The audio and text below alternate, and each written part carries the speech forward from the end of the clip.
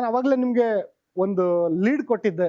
ಏನಂದ್ರೆ ನೆಕ್ಸ್ಟ್ ಇರಾನ್ನ ಟಾರ್ಗೆಟ್ ಇರೋದು ಸಮುದ್ರದ ಆಳದಲ್ಲಿ ಅಂತ.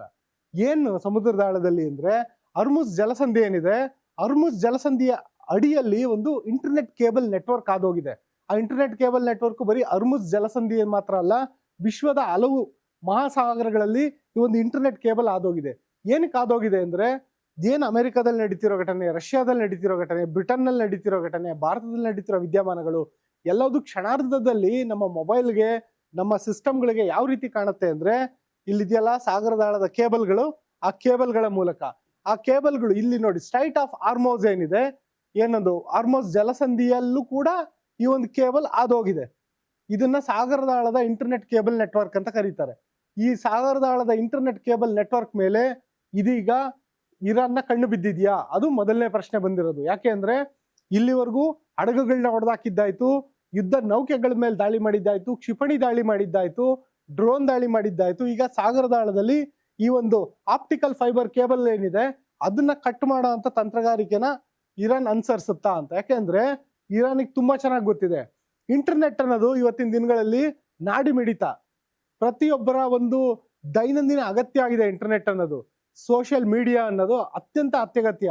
ಏನಾದ್ರೂ ಒಂದು ಕೇಳಿದ್ರೆ ಗೂಗಲ್ ಮಾಡೋಣ ಅಂತ, ಮತ್ತೆ ಫೇಸ್ಬುಕ್ ಅಲ್ಲಿ ಏನ್ ಅಪ್ಡೇಟ್ ಮಾಡಿದ್ಯಾ ಅಂತ, ಜೊತೆಗೆ ಏನ್ ನಡೀತಾ ಇದೆ ಪ್ರಪಂಚದಲ್ಲಿ ಅಂತ ತಿಳ್ಕೊಳಕ್ಕೂ ಇಂಟರ್ನೆಟ್ ಬೇಕು, ಬಿಸ್ನೆಸ್ ಗಳಿಗೆ ಇಂಟರ್ನೆಟ್ ಬೇಕು. ಹಾಗಾಗಿ ಈ ನಾಡಿ ಮಿಡಿತ ಇರಾನ್ಗೆ ತುಂಬಾ ಚೆನ್ನಾಗಿ ಗೊತ್ತಿರೋ ಕಾರಣಕ್ಕೆ ಅದನ್ನೇ ಕಟ್ ಮಾಡಕ್ಕೆ ಇರಾನ್ ಮುಂದಾಗಿದೆಯಾ ಅನ್ನೋದು ಈಗ ಮೂಡ್ತಿರೋಂಥ ಪ್ರಶ್ನೆ. ತೈಲ ಹಡಗುಗಳನ್ನ ಮತ್ತೆ LPG ಟ್ಯಾಂಕರ್ಗಳನ್ನ ಈಗಾಗಲೇ ಗುರಿಯಾಗಿಸಿದ್ದಾಯ್ತು, ಅದನ್ನೆಲ್ಲ ಧ್ವಂಸ ಮಾಡಿದ್ದಾಯ್ತು. ಈಗ ನೆಲದಾಳ ಕಣ್ಣಿಟ್ಟಿರುವಂತಹ ಒಂದು ಇರಾನ್ ಏನ್ ಮಾಡ್ತಾ ಇದೆ, ಇದು ಒಂದು ರೀತಿಯ ಆರ್ಥಿಕ ಸಮರ ಅಂತ ಹೇಳ್ತಾ ಇದೆ. ಅಂದ್ರೆ ಕೇವಲ ತೈಲ ಮಾತ್ರ ಅಲ್ಲ, LPG ಮಾತ್ರ ಅಲ್ಲ, ಇಂಟರ್ನೆಟ್ ಕೇಬಲ್ ಕಟ್ ಮಾಡಿದ್ರು ಕೂಡ ಅದು ಅತಿ ದೊಡ್ಡ ಆರ್ಥಿಕ ಸಮರ ಆಗುತ್ತೆ ಅನ್ನೋದು ಇರಾನ್ಗೆ ತುಂಬಾ ಚೆನ್ನಾಗಿ ಗೊತ್ತಿದೆ. ಇಂಟರ್ನೆಟ್ ಮೇಲೆ ಮುಂದಿನ ದಿನಗಳಲ್ಲಿ ಇರಾನ್ ಕಂಡು ಬೀಳೋದು ಖಚಿತ ಅನ್ನೋ ಮಾಹಿತಿ ಲಭ್ಯ ಆಗ್ತಾ ಇದೆ. ಯಾವ ರೀತಿ ಅಂದ್ರೆ ಇಂಟರ್ನೆಟ್ ಕೇಬಲ್ ತುಂಡಾಗ್ಬಿಟ್ರೆ ಒಂದು ವೇಳೆ ಏನಾದ್ರು ಈ ಸಾಗರದಾಳದಲ್ಲಿ ಏನು ಸ್ಟ್ರೈಟ್ ಆಫ್ ಆರ್ಮೋಸ್ ಇದೆ ಅಲ್ಲಿ ಈ ರೀತಿ ಇಂಟರ್ನೆಟ್ ಕೇಬಲ್ ಸಾಗಿ ಹೋಗಿದೆಯಲ್ಲ, ಆ ಇಂಟರ್ನೆಟ್ ಕೇಬಲ್ನ ಈ ರೀತಿ ಅಂತೂ ತುಂಡು ಮಾಡಕ್ ಸಾಧ್ಯ ಇಲ್ಲ ಬಿಡಿ. ಅದಕ್ಕೆ ದೊಡ್ಡ ದೊಡ್ಡ ಉಪಕರಣಗಳು ಬೇಕು, ಯಾಕಂದ್ರೆ ಭಾರಿ ಪ್ರಮಾಣದ ಗಾತ್ರದಲ್ಲಿರುತ್ತೆ ಆ ಒಂದು ಕೇಬಲ್. ಅದನ್ನೇನಾದ್ರೂ ತುಂಡರಿಸಿದ್ರೆ ಇಡೀ ಜಗತ್ತಿಗೆ ಡಿಜಿಟಲ್ ಬ್ಲಾಕ್ಔಟ್ ಆಗುತ್ತೆ. ಯಾವ ರೀತಿ ಬ್ಲಾಕ್ಔಟ್ ಅಂದ್ರೆ ಗೂಗಲ್ ಸಿಗಲ್ಲ, ಫೇಸ್ಬುಕ್ ಸಿಗಲ್ಲ, ಯೂಟ್ಯೂಬ್ ಸಿಗಲ್ಲ, ಟ್ವಿಟರ್ ಸಿಗಲ್ಲ, ಇನ್ಸ್ಟಾಗ್ರಾಮ್ ಸಿಗಲ್ಲ, ಯಾವ ಸೋಷಿಯಲ್ ಮೀಡಿಯಾನು ಸಿಗಲ್ಲ, ಎಲ್ಲ ಸಾಮಾಜಿಕ ಜಾಲತಾಣ ಬಂದ್ ಆಗುತ್ತೆ. ಏನು ಭಾರತ್ ಬಂದ್ ಅಂತೀವಲ್ಲ ಆ ತರ ಇದು ಸೋಷಿಯಲ್ ಮೀಡಿಯಾ ಬಂದ್ ಆಗುತ್ತೆ. ಆ ರೀತಿಯಾದಂತ ಬಂದ್ ವಾತಾವರಣ ನಿರ್ಮಾಣ ಆಗುತ್ತೆ. ಜೊತೆಗೆ ಹಣಕಾಸು ಸೇವೆ, ಇವತ್ತು ನಾವು ಬ್ಯಾಂಕಿಂಗ್ ಮಾಡೋದಕ್ಕೆ ಯಾವ್ದಾದ್ರು ಬ್ಯಾಂಕಿಂಗ್ ಆ್ಯಪ್ ತೆಗೆದ್ರು ಅದ್ರಲ್ಲೆಲ್ಲನೂ ಬೇಕಾಗಿರೋಂಥವು ಇವೆ, ಇಂಟರ್ನೆಟ್ಟೇ ಬೇಕಾಗಿರೋದು. ಇಂಟರ್ನೆಟ್ ಇಲ್ದಲ್ಲೇ ನೀವು ಹೆಂಗ್ ಬ್ಯಾಂಕಿಂಗ್ ಮಾಡ್ತೀರಾ, ಗೂಗಲ್ ಪೇ ಹೆಂಗ್ ಮಾಡ್ತೀರಾ, ಫೋನ್ ಪೇ ಮಾಡ್ತೀರಾ, ಎಲ್ಲ ಸರ್ವರ್ಗಳು ಕೂಡ ಬಂದಾಗುತ್ತೆ ಇವನ್ ಬ್ಲಾಕ್ಔಟ್ ಆದ್ರೆ. ಆನಂತರ IT ಕಂಪ್ನಿಗಳು, Bengaluru IT hub, IT world, ಒಂದು ಸಿಲಿಕಾನ್ ಸಿಟಿ, ಈ ಸಿಲಿಕಾನ್ ಸಿಟಿಯಲ್ಲಿ ಬೇಕಾಗಿರೋದೇ IT ಕಂಪ್ನಿಗಳ ಕಾರ್ಯನಿರ್ವಹಣೆನೇ ಬಂದಾಗ್ಬೋದು.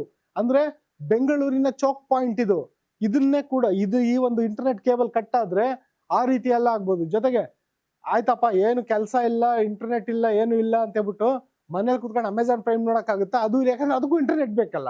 ಅಮೆಝಾನ್ ಪ್ರೈಮು, ನೆಟ್ಫ್ಲಿಕ್ಸು, ಯಾವುದೇ ರೀತಿಯ ಸ್ಟ್ರೀಮಿಂಗ್ ಸಾಫ್ಟ್ವೇರ್ಗಳು ಕೂಡ ವರ್ಕ್ ಆಗಲ್ಲ.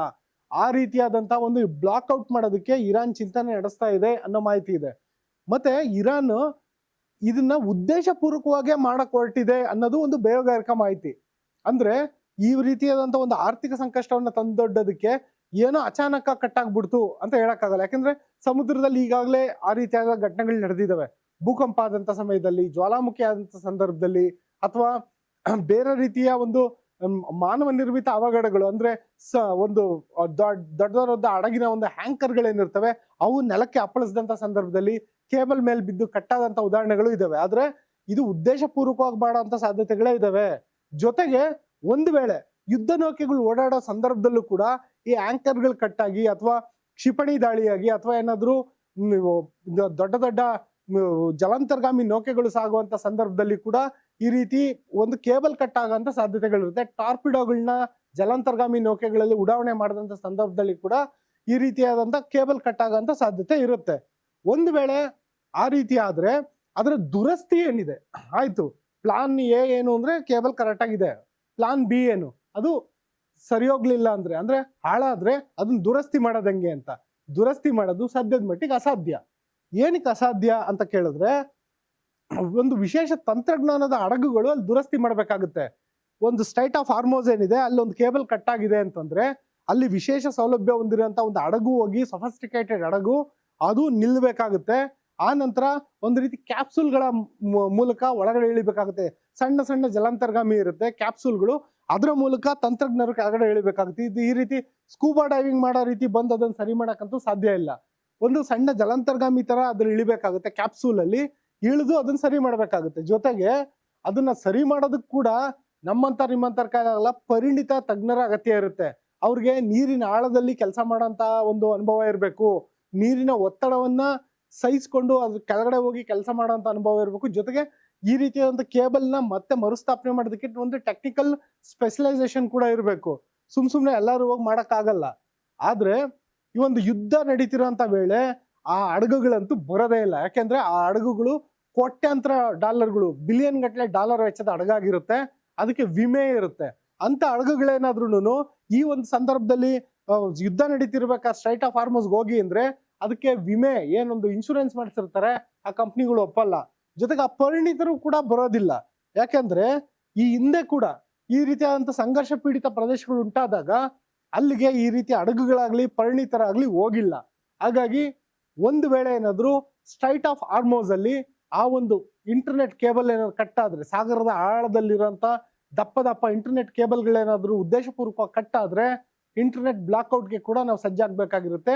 ಯಾವ ರೀತಿ ಹೋಟೆಲ್ ಬಂದಾಯ್ತೋ ಅದೇ ರೀತಿ ನಿಮ್ಮ ಮೊಬೈಲ್ಗಳಲ್ಲಿ ಅದು ಕೇವಲ ಫೋನ್ ಮಾಡೋದಕ್ಕಷ್ಟೇ ಬಳಕೆಗೆ ಸಾಧ್ಯ ಆಗುತ್ತೆ. ಇದರಲ್ಲಿ ಈಗಾಗಲೇ 2 ಸ್ಟೋರಿಗಳನ್ನ ನೋಡಿದ್ರಿ ವೀಕ್ಷಕರೇ.